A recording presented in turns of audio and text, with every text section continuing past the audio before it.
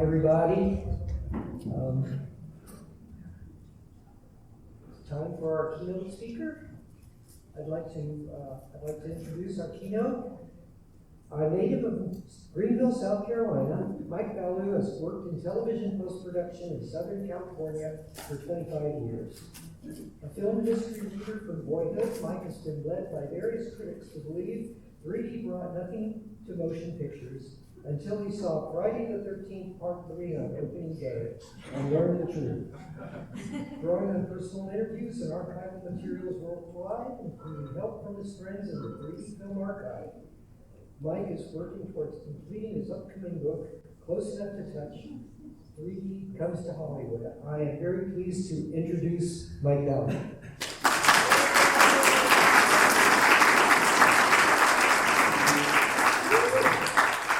Let me see what I can see here. Can everyone hear me all right? Yes. Good. All right. Well, you know what? I was going to originally ask for a show of hands. But I can't see any hands. But some of you may have been here Friday, and you may have seen and heard the slideshow that I recorded to go with the Blu-ray of Lana Devil. You may have already heard that recording. If you did, please know that a substantial portion of my speech tonight covers the same data points. But the way I like to look at it is you've heard the recording, now you get to see the live performance, right? And I shall try to keep everything very interesting. The slides are fresh, you haven't seen them, and surely there's going to be some differences and distinctions in the way I present it. So, but I beg your patience, and I thank you for sitting through it twice, and for the rest of you, hopefully it'll be very fresh and you'll love it. I really hope so. All right, and before I go much farther, let's see here. I've got to familiarize myself with the remote control. I should have done that already. Did I hit the wrong button? I hit exactly the wrong button. Okay, good. Now I know what I'm doing. All right, so I do want to thank Greg for inviting me to be here. And I want to thank the officers of the NSA for making it possible for me to be here. And I want to thank all of you for coming. And I really appreciate it. It's a tremendous honor for me. And now I hear it ringing, and maybe I'll bring my voice down a little bit. Well, and please bear with. I'm familiarizing myself with remote control. I meant to put that up earlier. I'm Mike Ballou, and tonight's subject is Into the Deep, 3D Comes to the Movies. Now, I am detecting a ringing. Is that objectionable, or do people? No, we don't hear it. Okay. All right. A little more toward yourself. Okay. So tonight's subject, Into the Deep, 3D Comes to the Movies. Now, my name now obviously is Mike Ballou. For the past 3 years, I have been researching and writing a book, Close Enough to Touch, 3D Comes to Hollywood.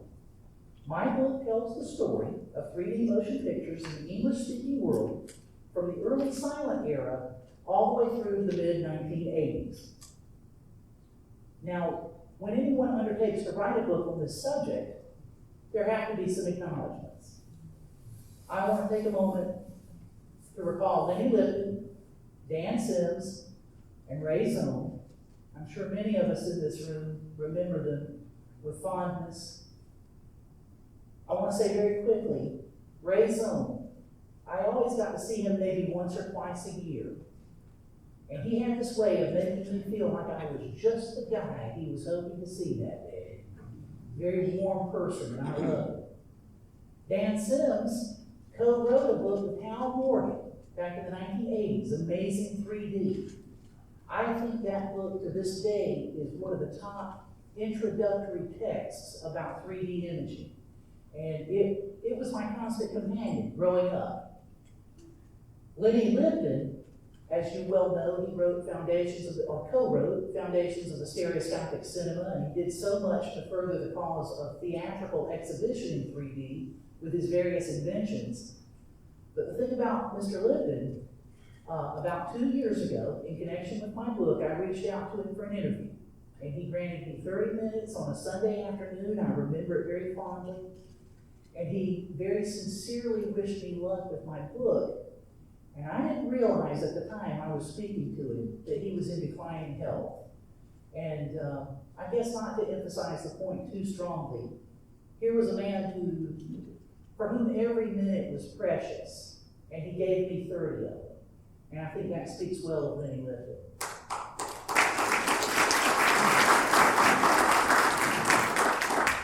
And I'll tell you right now, I could not be doing what I am now doing without my friends and colleagues in the 3D Film Archive.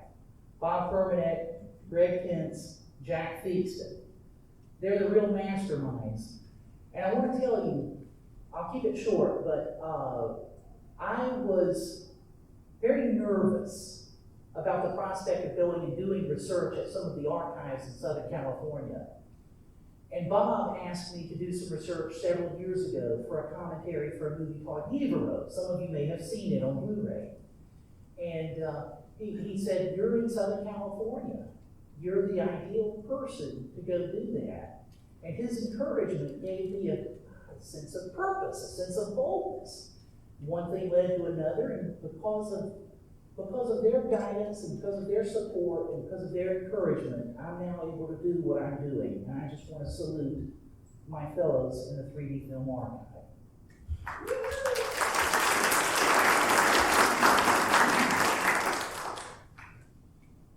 Now, I think this audience, of all audiences in the world, needs no explanation that in the 1950s, there was a brief but very intense flirtation with 3D in Hollywood. Since that time, there's been quite a bit of ink spilled on the subject of golden age 3D in film books and articles, general film history books and articles. And in my opinion, this is my opinion, most of that coverage has been condescending, mocking, and hostile. Exactly. Written by people who, at best, regard stereoscopy as a headache, literally and figuratively. According to those folks, 3D movies in the 1950s were nothing more than a fad, a gimmick, a crass attempt to trick the public into paying to see bad movies. Now me, I happen to think 3D motion pictures are a legitimate art form that got off on the wrong foot back in the 1950s. There was a lot going on in the movie business in those days. Things were looking very dark indeed. Take a look at this slide. And by the way, before I begin, those figures are all adjusted for 1953 so that we can make a meaningful comparison between the two.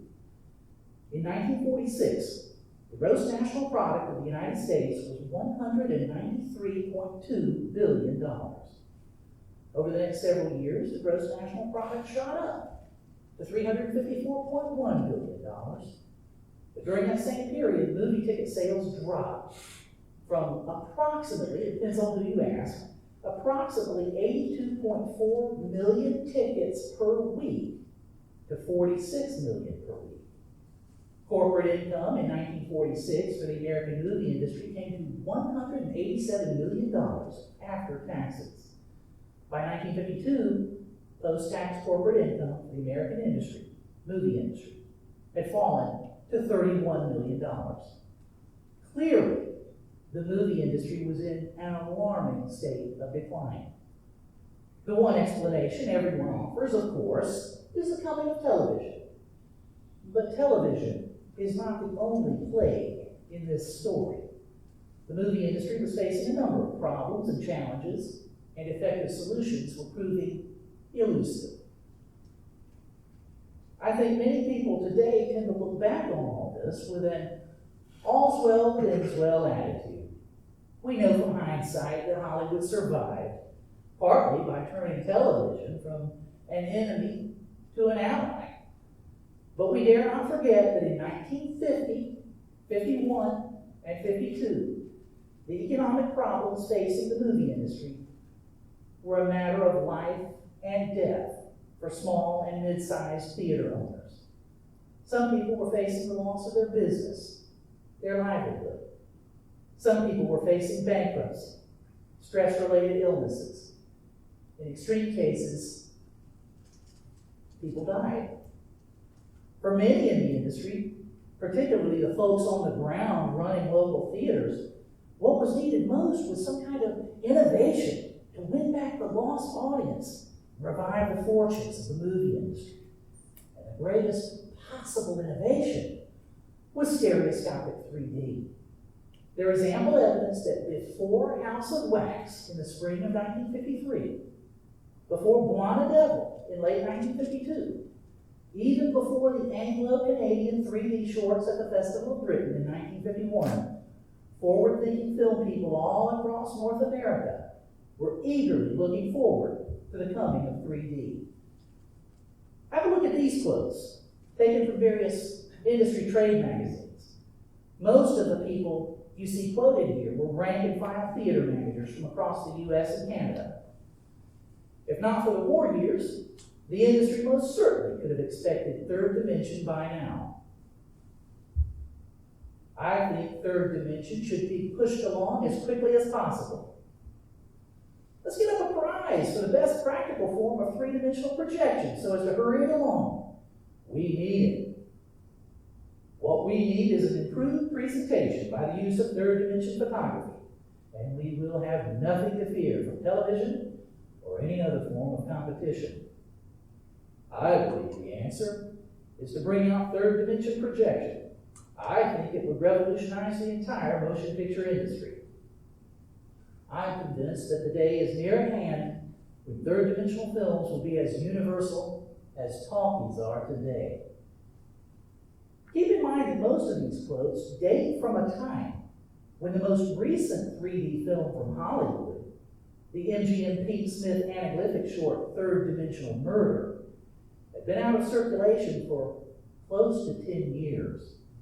To underline, at the time of these quotes, there was no 3D feature film on the horizon coming from Hollywood. But these people, and thousands more just like them, hard-working show people, not snake oil salesmen, earnestly believed in 3D as a potential savior for the industry. As always, there were skeptics and naysayers. In May 1950, one anonymous technician with the General Precision Equipment, makers of projectors and other film gear, reported that his company had been researching stereoscopy continuously since the mid-1930s. He estimated there might be as many as 3,000 inventors working towards the goal of practical three-dimensional motion pictures.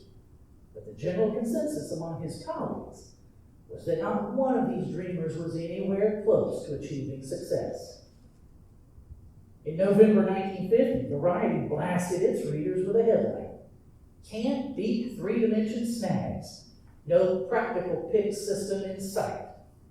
Of course, the article contradicts itself by outlining two reasonably practical proposals, both put forward by 3D pioneer Jack Norland, the guiding force behind two 3D films for the 1939 World's Fair and one 3D film for the Golden Gate Exhibition in 1940. Norling was a technical genius, probably the go-to guy for stereoscopic 3D prior to 1950. But no one in the industry was prepared to take seriously Norling's proposals. Variety brought them to everyone's attention, only to swat them instantly aside. Even in those days, there were conspiracy theories. Some believed that progress was being deliberately thwarted. Technical writer, you'll forgive me if I mispronounce his name, Gio Gagliardi of the Motion Picture Herald had this to say in 1950. "I have frequently been asked, when are we going to get three-dimensional projection? For the last 20 years, there have been frequent claims that three-dimensional motion pictures were just around the corner, or were actually available. These claims, which have not been popularly fulfilled, have given rise to suspicions that three-dimensional developments were being held back from the public." Let me tell you something.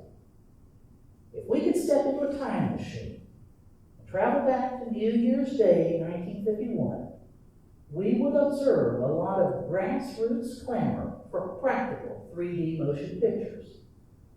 But at the same time, we would see no serious forward movement toward 3D among producers, studio heads, or equipment makers.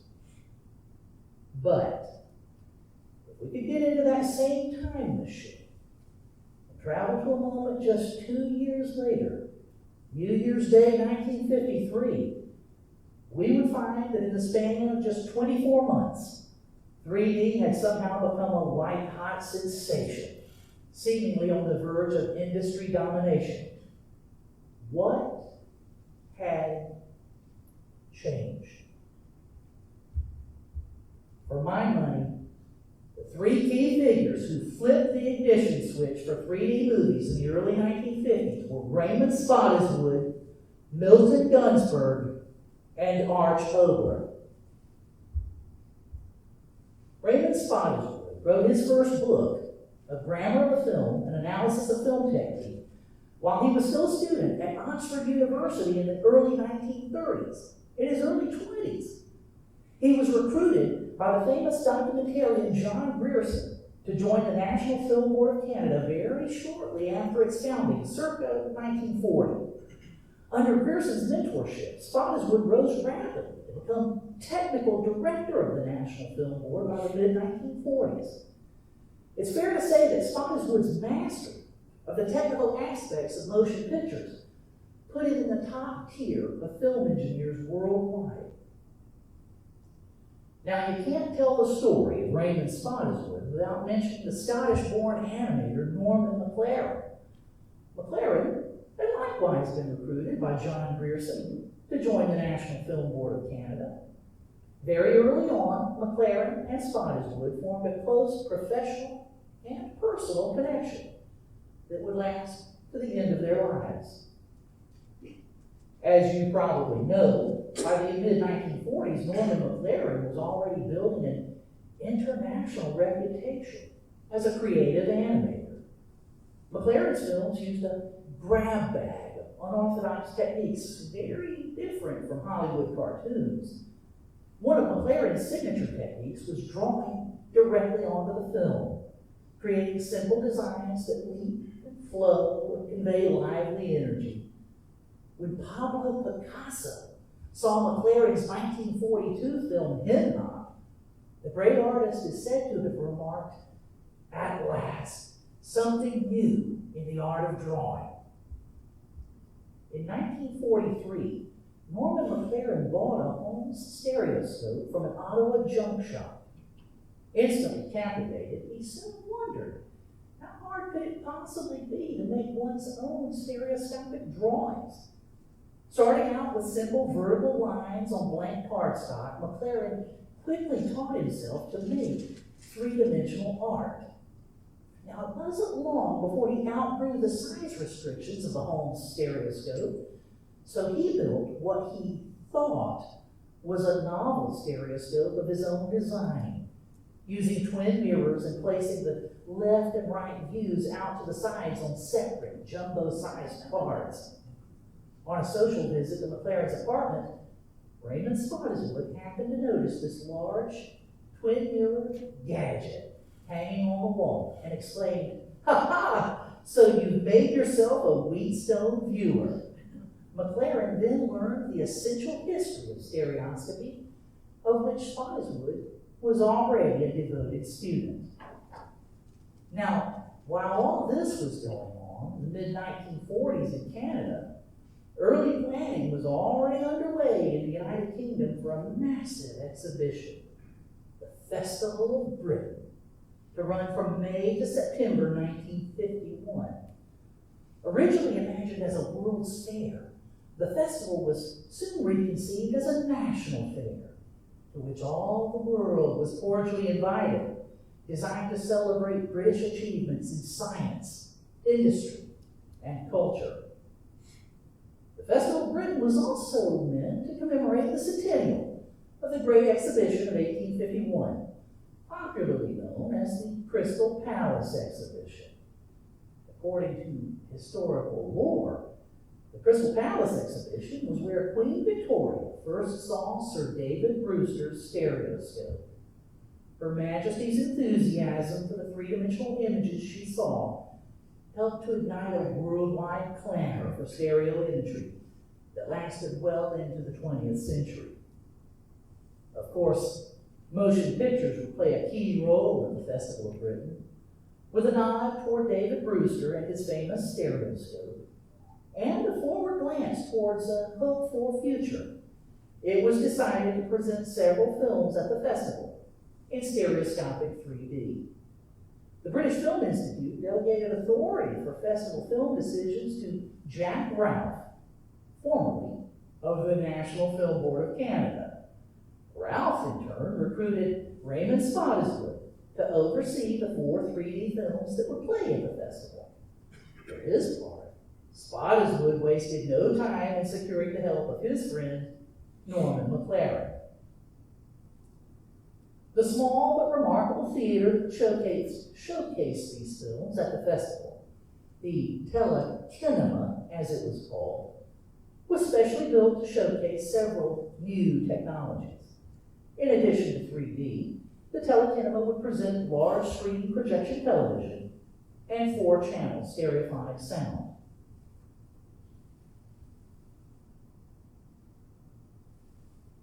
You will sometimes hear this theater referred to as the telecinema, which I myself actually prefer. But we must note that the name above the door is telekinema. The telekinema was state-of-the-art in every way, built by the Canadian-born modernist architect Wells Coates. There were 402 seats, divided between 4-level and a single balcony. The screen was 20 feet wide, but for technical reasons we haven't time now to discuss, the actual projected image was only about 15 feet wide. That's about 1 foot less than the width of the screen we're now watching. The projectors used for the dual-strip 3D film program were built by the venerable firm British Thomson Houston, or BTH. The stereophonic sound came from BTH-built full-coat reproducers, incorporating rotary magnetic heads made by EMI. It is important to note that the telekinema also presented some specially curated 2D films. But for most attendees, the highlight was the 4 films made and shown in 3D. Now is the time to put on your glasses. Around is Around, A Solid Explanation, and The Distant Thames, later renamed Royal River. Of these, A Solid Explanation had strictly monaural sound. The other 3 had 4-channel magnetic sound, left, center, right, plus a rear channel that could occasionally be diverted from speakers on the back wall to speakers in the ceiling for unusual effects. 2 of the festival 3D films, Now is the Time to Put On Your Glasses, and Around is Around, were animations. The first was crafted by Norman McLaren, working with Evelyn Lambert. The second involved McLaren, Lambert, and Ches Beecham, all of the National Film Board of Canada. McLaren reported on their production techniques in the pages of the Journal of the Society of Motion Picture and Television Engineers, helping to stoke curiosity and early enthusiasm for stereoscopic films, even in the United States. The other 2 3D shorts were live-action films made in England. The Distant Thames, aka Royal River, was filmed using this twin Technicolor rig put together in haste to meet a desperate need a mere 8 weeks before the opening of the festival. You'll note that the camera rig makes no use of mirrors or prisms, so the lens separation, or interaxial, is a hefty 9.5 inches. The film was a travelogue exploring the River Thames, so the camera could be kept at a considerable distance from the subject in order to minimize distortions. A Solid Explanation a very dry, light comedy masquerading as a technical explanation of 3D, was made using the so-called BFI camera rig, designed to Raymond Spottiswood's specifications by British stereophotography expert Leslie P. Dudley. Unfortunately, serious problems with the rig quickly became evident. Severe misalignment in the camera optics required costly and time-consuming corrections in optical printing. This caused a rift between Spottiswoode and Dudley. It was apparently never mended. The telekinema and its 3D films were a tremendous popular success, with roughly 488,000 admissions over the course of just 5 months, from May to September 1951. Patrons spent 2 shillings apiece to enter the telekinema, over and above their paid admission to the South Bank exhibition itself. This financial success helped create further curiosity about 3D in Great Britain, Europe, even the United States. Raymond Spottiswoode and his colleague Jack Ralph realized there was great commercial potential in 3D. In October 1951, mere weeks after the festival closed, Spottiswoode and Ralph resigned their positions with the British Film Institute and organized Stereo Techniques Limited, a kind of para-production firm that would come alongside interested production companies to provide equipment, technical know-how, and co-financing to make short 3D films for distribution on a roadshow basis. And so, in early 1952, 9 months before Blonde Devil, more than a year before House of Wax, Stereo Techniques Limited put a full slate of live action and animated 3D short features in release, attracting strong business and a measure of critical praise at select theaters throughout the British Isles and Northern Europe. Guests at the telekinema had often expressed a desire to see a ballet film in 3 dimensions, and Stereo Techniques obliged these requests with The Black Swan, featuring the future Dame Beryl Gray as Odile, and the someday director of the Royal Academy of Dance, John Field, as Prince Siegfried. I want you to note that's the BFI camera rig being used to film it shortly after the rig had been redesigned to try to eliminate some of the problems I described earlier. The Black Swan and other Stereo Techniques films, including the 4 originally produced for the Festival of Britain telekinema, were circulated as a package to theaters, which were also supplied with the requisite silver screen and synchronization equipment for their existing projectors. But let me underline one point. It's a bit of a theme for me. Despite what you may have read or heard elsewhere, The Black Swan was not produced in time to play at the telekinema during the Festival of Britain itself. In fact, when the Stereo Techniques package came to London in 1952, the films played at the Riverside Theatre a few miles upstream along the River Thames from the location of the telekinema. The Riverside Theatre was part of the Festival Pleasure Gardens in Battersea Park. The Pleasure Gardens were a kind of amusement park, separate and distinct from the South Bank exhibition that is usually regarded as the heart of the Festival of Britain. The Pleasure Gardens actually remained in operation for several years after the Festival of Britain closed at the end of September 1951. Some very important people wound up seeing the Stereo Techniques shorts. In June 1952, Steve Bossistow, head of the American animation studio UPA, which gave us Gerald McBoing and Mr. Magoo, saw the program at the Riverside Theatre and gushed, "Gee, these stereoscopic films, we'll make one of those for sure. When I get back home, someone in the UPA animation units is bound to be interested, and if there isn't anybody, why, I'll hire them," meaning Stereo Techniques and or Norman McLaren. Now here I have to insert a little point for some of you who may have read other histories. You will note that the owl and and the Pussycat animated short would not play the Riverside Theater until May 1953. We're talking summer of 1952 here. About a month after Bussestow visited, none other than Walt Disney was seen standing in the queue to see the show at the Riverside Theater.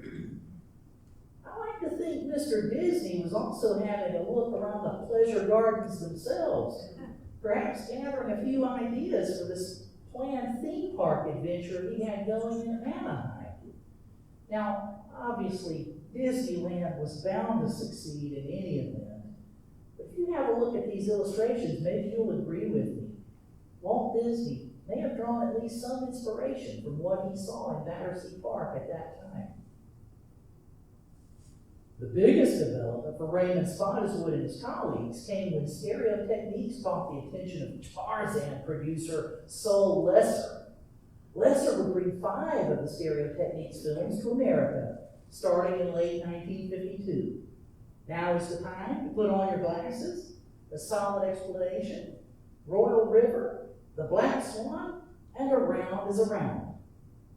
The American premiere came on December 25th, 1952, at Chicago's Telenews Theater, a relatively small venue with only 606 seats. So great was the public infatuation with 3D by this point, that a crowd of over 200 people were waiting outside when the doors opened at 9:15 in the morning, in temperatures as low as 22 degrees Fahrenheit. That's negative 5.6 degrees for those Celsius for those living in the civilized world. The films took in a record-breaking $5,000 on Christmas Day. The work of Raymond Spottiswoode put a spotlight on the commercial possibilities of 3D that was impossible to ignore, even on this side of the Atlantic. But by the time Stereo Techniques landed in America at Christmas 1952, it was already being overshadowed by developments that had originated in Hollywood proper.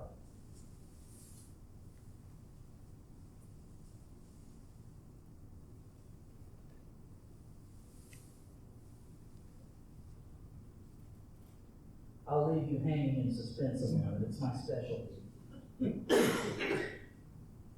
Milton Gunsberg started out as a journalist, first with the Los Angeles Times and later with the New York Times. By 1938, he was writing short subjects at MGM and studying dramaturgy to improve his craft. He graduated with feature screenplays and radio plays and gained a reputation as a capable script doctor. During World War II, he worked for the Office of War Information in Washington, D.C. And here, let me insert a point. If you read other accounts of this story, and they describe Milton Gunsberg as a failed screenwriter, you toss that book into the fireplace. He was not a failure. He was an act of success. But as we've seen, after World War II, everything started to decline. After the war, Milton Gunsberg struggled. The ongoing production slowdowns that plagued the movie industry during the post-war years hit everyone hard, including Milton. His wife, Vera, was deeply concerned about his health. Even when times were good, she had watched as Milton spent 20 hours straight bent over his typewriter, too engrossed in his work to eat or sleep. Periods of unemployment were marked by intense worry. It was time to make a change. Big change. Gunsberg's father, Samuel, had read and thoroughly enjoyed a recent story treatment Milton had written. Now he tried to convince his son that the time was right to become a hyphenate, a writer-producer. He felt Milton had the germ of a great idea, sure to appeal to the most steadfast audience segment of them all, the American teenager, who had never stopped going to the movies, probably never would. Milton's treatment, Sweet Chariot, drew inspiration from the weekend hot rodders Milton saw at weekend racing events throughout the valleys surrounding Los Angeles. Where others saw juvenile delinquents, Milton Gunsberg saw the engineers, the mechanics, the know-how merchants who would someday do great things for the country. Now, he wanted to tell their story. Samuel Gunsberg put up $5,000 as seed money. Milton's brother, an esteemed Beverly Hills ophthalmologist named Dr. Julian Gunsberg, put up another $5,000. Milton's mother-in-law, Rose Birch, contributed $10,000, a sum Milton could match from his own funds. Milton hired an office and a secretary and began writing Sweet Chariot in earnest. By the summer of 1950, things were far enough along that Milton was ready to shoot background and atmosphere footage with a hired camera crew at an actual race meet. Milton and/or Julian Gunsberg, this detail varies depending on whom you ask, were taking photographs at the meet with one or more stereo realist cameras. When Milton Gunsberg saw his 2D black and white background footage, he was deeply disappointed. He suddenly realized that no ordinary motion picture camera could capture the vibrant spirit he saw in the young people and their souped-up hot rods. But those 3D slides he had shot, somehow they had caught the spirit. Milton moaned about the situation for weeks, writing to everyone how dismal the 2D movie footage had been compared to those wonderful 3D color slides. His new hire, production manager Ray Hines, finally had about enough. Why don't you just go ahead and make the picture in 3 dimensions? Hines demanded. This was a new one on Milton. Was 3D even possible? Sure, like millions of other moviegoers, he had seen and enjoyed audioscopics and the new audioscopics back in the 1930s, but those had seemed just a novelty. With their red and blue-green cardboard glasses, they were a technological throwback. Hines assured Milton there were people today, in late 1950, working on modern 3D in Hollywood. And if Milton wanted it that badly, he could get it. Milton discovered that 2 Hollywood camera wizards, Fred Baker and Lothrop Worth, had worked out a method for filming 16mm footage using a single camera, a single projector, and a special mirror attachment. Now, let me take a moment here to point out, this is Mr. Lothrop Worth, this is Dr. Julian Gunsberg, this is Fred Baker, and this is Milton. In my house, because I talk about him so frequently, and I've spent so much time poring over his correspondence and other things, I'm on a first-name basis with Milton. Milton commissioned Baker and Worth to shoot demo footage at a race one weekend in October 1950. And when he saw the results, he was ready to make Sweet Chariot in 3D. There was just one catch. Fred Baker and Lothrop Worth told Milton honestly that their mirror attachment would never be adequate to shoot, distribute, and project 35mm motion pictures in commercial theaters. Very well then, Milton asked, what would it take to get 3 dimensions on 35mm film? Now, Fred Baker had been thinking about stereoscopic 3D for the past 30 years. He had concluded that any truly practical 3D camera system must be sturdy, rugged, designed to stand up to the rigors of everyday production without falling out of alignment. His solution? Put 2 standard issue Mitchell NC cameras face to face on a common base. The cameras would be locked in a fixed position. Between the lenses, 2 mirrors stood on micrometer mounts, each positioned at a 45-degree angle to the optical axis of its respective lens. In this way, the entire assembly was open for inspection, maintenance, film loading, and operation. But thanks to the twin mirrors, the effective lens separation, or interaxial, was a reasonable 3.5 inches. Milton Gunsberg bought the rights to Baker's invention and commissioned the building of a working prototype. He christened the system Natural Vision 3 Dimensions, and Milton Gunsberg Productions would soon become the Natural Vision Corporation. Dr. Julian Gunsberg took one look at the new camera rig and liked what he saw. If one used careful math to work out an appropriate set of distance charts, one could easily use Baker's invention to shoot comfortable, compelling 3D footage. This is important to note, and it's not a spitting contest, but the first Natural Vision test footage was screened privately on New Year's Day, 1951, 4 months prior to the opening of the Festival of Britain. And that's a pretty good indication that things were starting to move, perhaps serendipitously, on both sides of the Atlantic. Gunsberg and his team, which included camera specialist O.S. Brennan, and you don't know how much trouble I went through to get that picture of Mr. Brennan, and cinematographer Joe Byrock, spent the next year demonstrating the system to anyone and everyone who would come down to see it. And plenty of people did. In March 1951, former RKO president George Schaefer signed on as producer's representative to help guide Sweet Chariot and/or Natural Vision on their road to the big screen. Theater magnate Charles Skouras saw the system and was impressed enough to invite his brother, Spiros Skouras of 20th Century Fox, to come out and see it.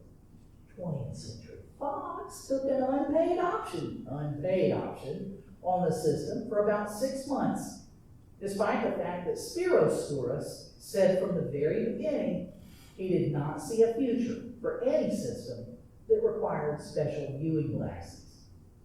Jack Warner and several key members of his staff were very impressed by Natural Vision.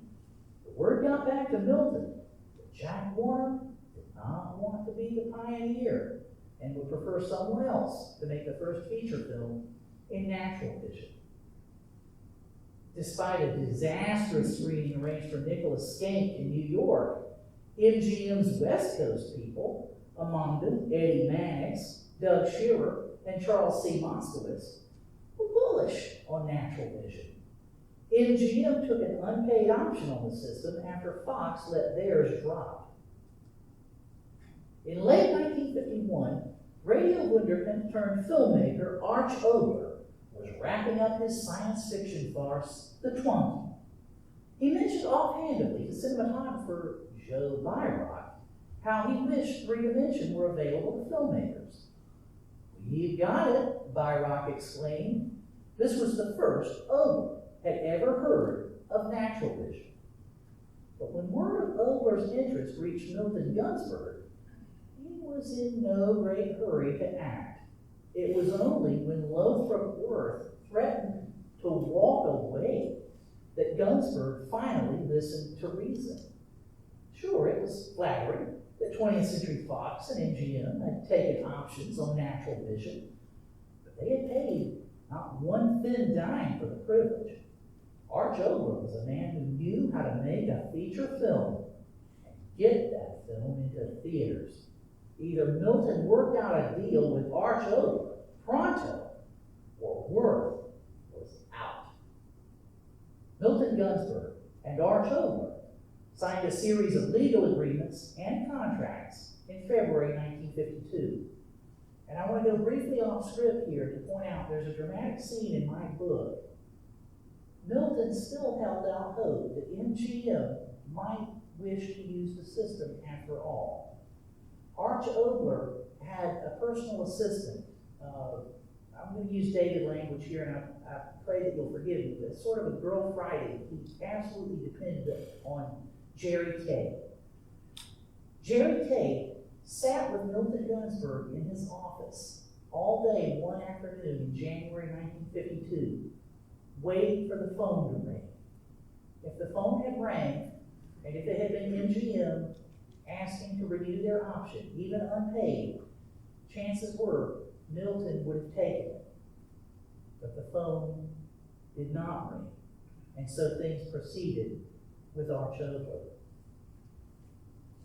And as I may have already said, Gunsberg and Ogler signed a series of legal agreements and contracts in February 1952. Ogler's initial idea was to shoot an adaptation of Ronald C. Farr's 1946 novel, The Spear in the Sand, a kind of poetic and introspective variation of Robinson Crusoe. But Ogler had a few other ideas in his pocket as well, and this is how he described them in a document I found. He said he had a suspense story, a boy-girl story, and an African story. It just so happened that Ogler had been on safari in Africa back in 1948, where he collaborated with North Dakota industrial filmmaker William D. Snyder in creating literally miles of 16mm footage, plus audio recordings documenting all the exciting sights and sounds of his travels. And again, to veer off script just a tad, when you're watching Buona Devil in just a short while here on the screen, listen to some of the sound effects you hear. Some of them are authentic recordings made in Africa at that time. A native of Chicago, Ogler remembered past visits to the Field Museum of Natural History, where he saw the stuffed remains of the two real-life lions depicted in the 1907 book, The Man-Eaters of Tsavo, by Lieutenant Colonel Henry Patterson. Ogler decided this would be the basis of his foray into natural vision.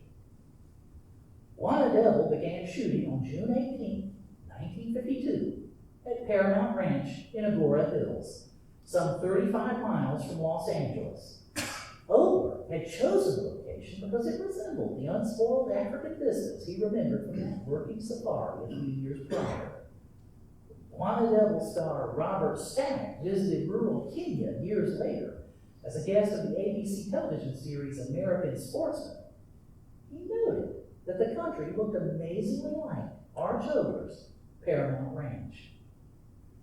The filmmakers knew they were off to an auspicious start when one of the two lions hired to portray the man-eaters, in reality, gentle giants owned by veteran animal wrangler Melvin Kuntz, christened the Natural Vision camera rig by peeing on it.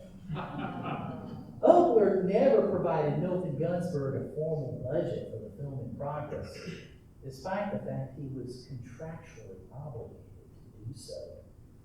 Gunsberg was not happy, but he let the matter slide, since Ogler was at least getting a film made, something he himself had not been able to accomplish with Sweet Chariot. It turns out that Ogler was assembling financing for Buona Devil piecemeal, showing rushes to prospective investors on a near nightly basis after each day's filming. One such investor was star Robert Stack's own mother, Elizabeth. Some sources will tell you she was the biggest investor in Buona Devil. Not so. She put up $10,000, a good hefty sum. But Los Angeles showman Sid Feeder put up $29,500, and prominent attorney Bernard Bunny Cohen put up $17,500. Feeder and Cohen proved indispensable to the success of the film when it came time to arrange roadshow distribution, and still later when Ogler and his partners made a deal with a major distributor. On November 4th, 1952, the Hollywood Paramount Theater began taking advance orders for tickets for the world premiere of Buona Devil, scheduled for Wednesday night, November 26th, Thanksgiving Eve in the United States. A second Los Angeles location, the downtown Paramount, would also premiere the film that same night. You may note, Christmas decorations were already up. Mayor Fletcher Bowden declared Three-Dimension Week in Los Angeles to kick off on November 26th, expressing his confidence that the impending release of Buona Devil would have widespread repercussions throughout the motion picture industry and would create excitement around the world. At least it is an attempt, and we hope an important one, Arch Ogler said humbly as he addressed some 1,400 movie stars, studio executives, and ordinary Angelinos in attendance during the film's midpoint intermission at the Hollywood Paramount. The audience gave him a warm tribute of applause, followed by sincere laughter when Oler suggested they all take advantage of the intermission to go eat some three-dimensional popcorn. Whatever brickbats the critics might throw, and they threw plenty, the box office had the final say. When the film opened for regular showings at the Hollywood and downtown Paramount theaters on Thanksgiving morning, crowds were lined up literally 4 abreast down the block.